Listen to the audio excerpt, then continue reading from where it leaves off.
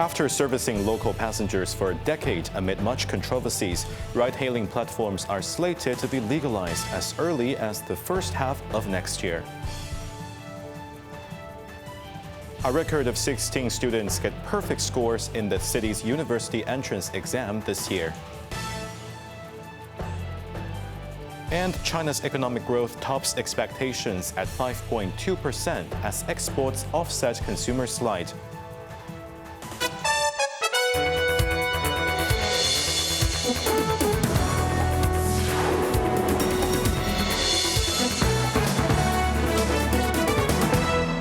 Good evening. You're watching Cable News. I'm Jeremy Zhu.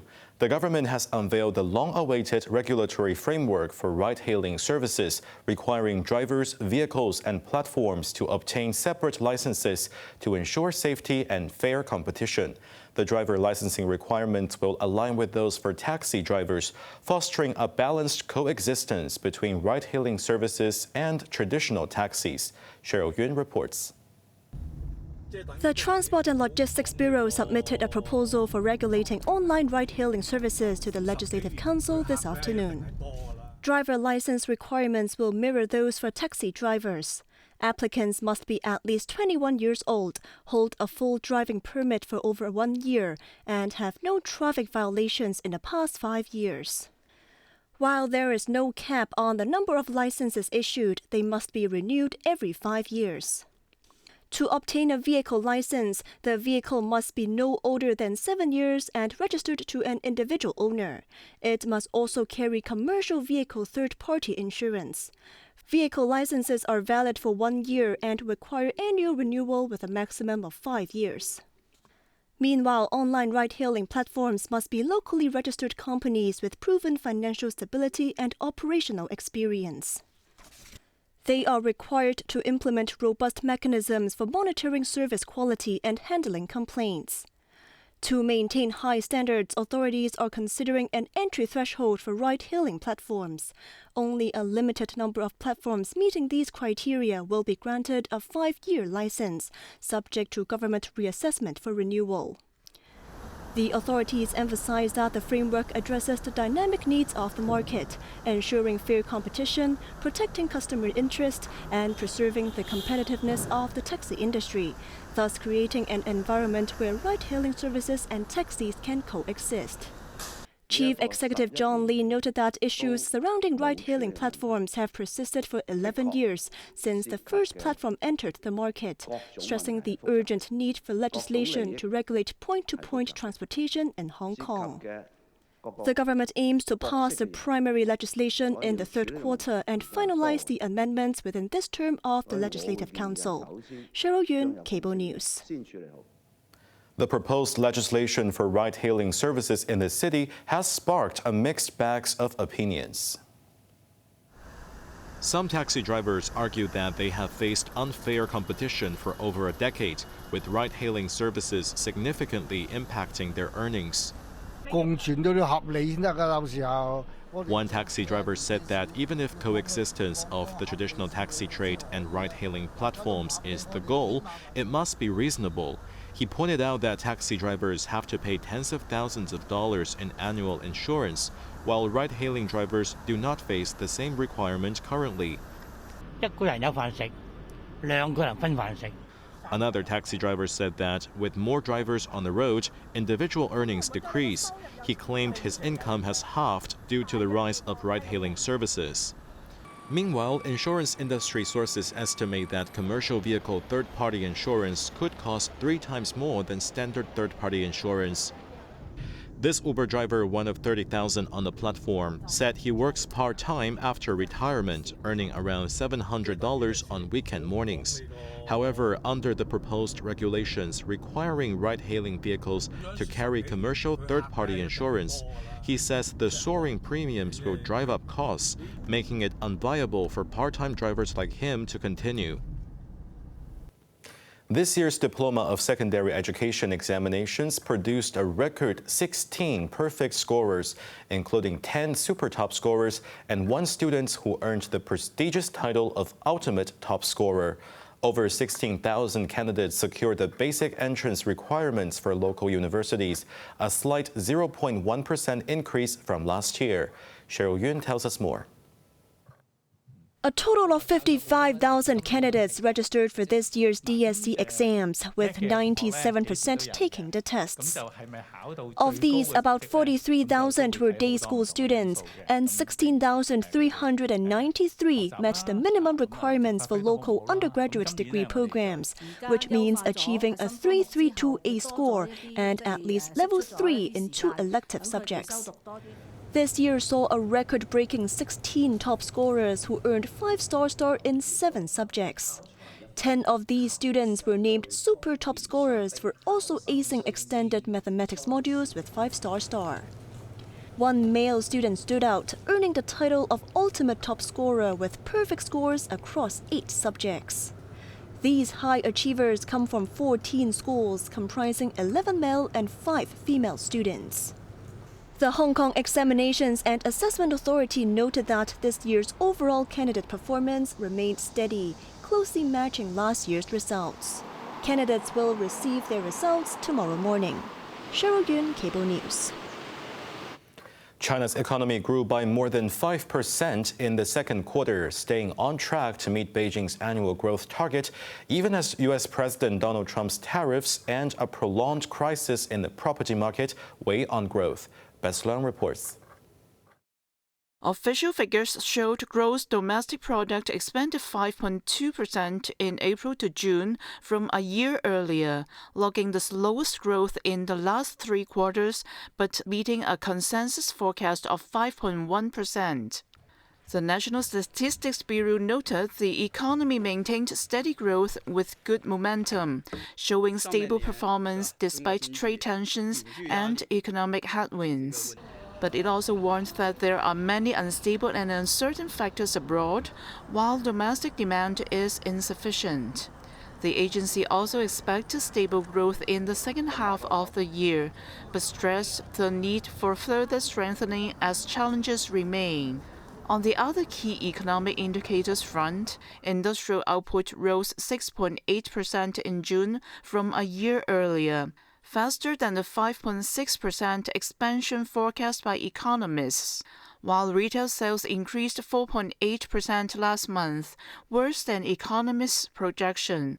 Meanwhile, growth of fixed asset investments softened to 2.8% over January to June, while property investments shrank 11.2% during the period, marking the 4th consecutive month that the slide extended. Separately, data from the NBS showed new home prices in the top 70 cities dropped 0.3% month-on-month, logging the biggest drop since last November. Compared to last year, prices plunged 3.2%. Most cities saw prices fall, except Shanghai, where new home prices rose 6% during the same period. Best Leung, Cable News. Back to Hong Kong.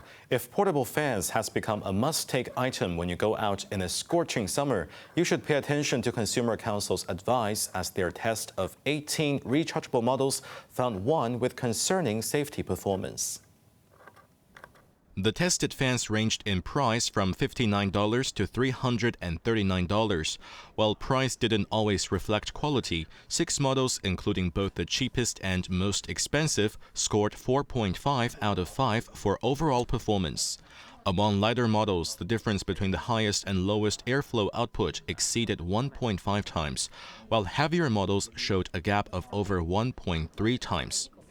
The Gongtian model delivered the strongest airflow at 2.98 cubic meters per minute, yet retails at $180, roughly half the price of the most expensive option tested. At the budget end, $58 Muji's offering proved noteworthy. While its airflow measured less than half of the Gongtian's output, it achieved second highest energy efficiency among all tested models. 17 models passed safety test. However, one model from Momax recorded a charging temperature of 56.6 degrees Celsius, 20 degrees above international safety standards. While overheating may not necessarily cause fires or explosions, the consumer watchdog warned it could accelerate battery degradation.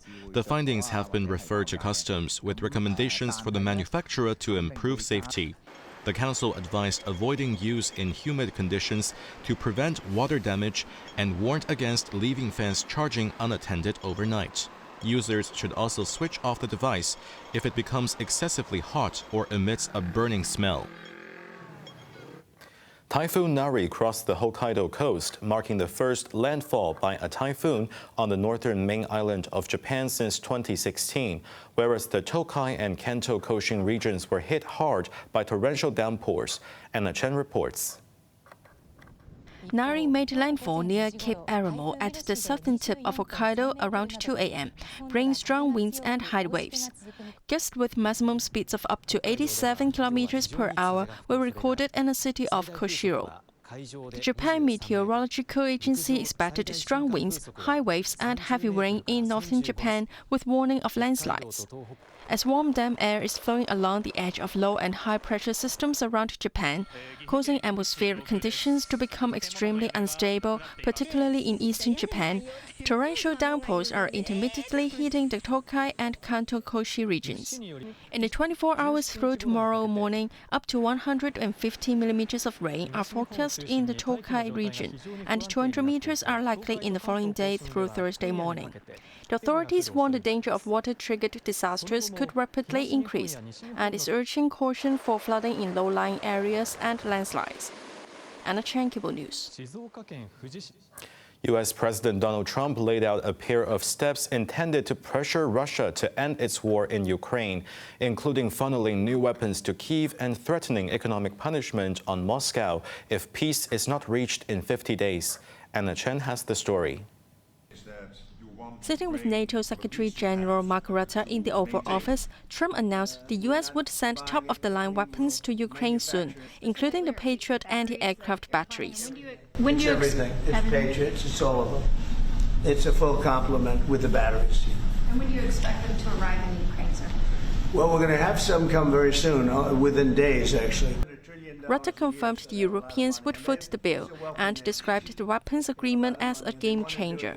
I would reconsider whether I should not take negotiations about Ukraine more seriously than I was doing at the moment, if I was Vladimir Putin. Trump also laid out his new deadline for his Russian counterpart. And I'm disappointed in President Putin because I thought we would have had a deal 2 months ago, but it doesn't seem to get there. So based on that, we're going to be doing secondary tariffs if we don't have a deal in 50 days. The White House clarified that the secondary tariffs meant 100% tariffs on Russia and secondary sanctions on other countries that buy Russian oil, which was seen as a major shift in Western sanctions policy. Trump said his shift was motivated by frustration with Putin, who talked about peace but continued to strike Ukrainian cities. "I don't want to say he's an assassin, but he's a tough guy," he said.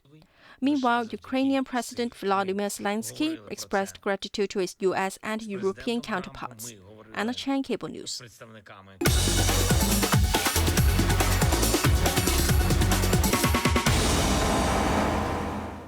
Let's take a look at the stock market.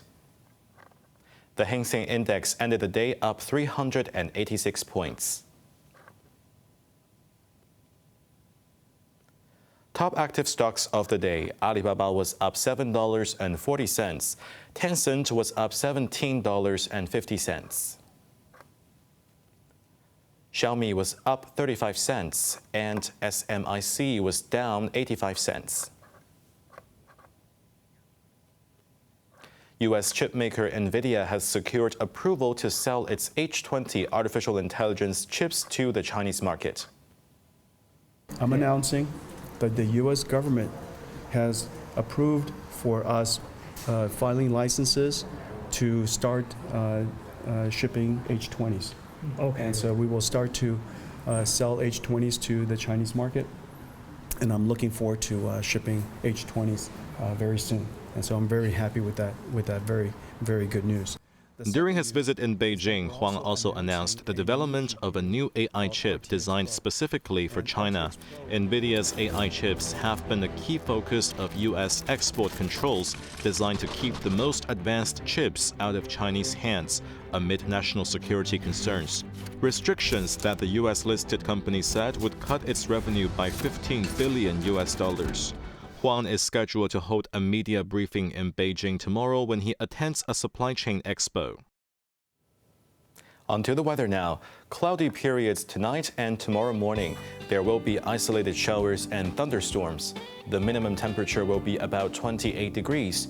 Mainly fine and very hot during the day. The maximum temperature will be around 34 degrees in the urban areas and a couple of degrees higher in the new territories. Now let's take a look at the weather around the world.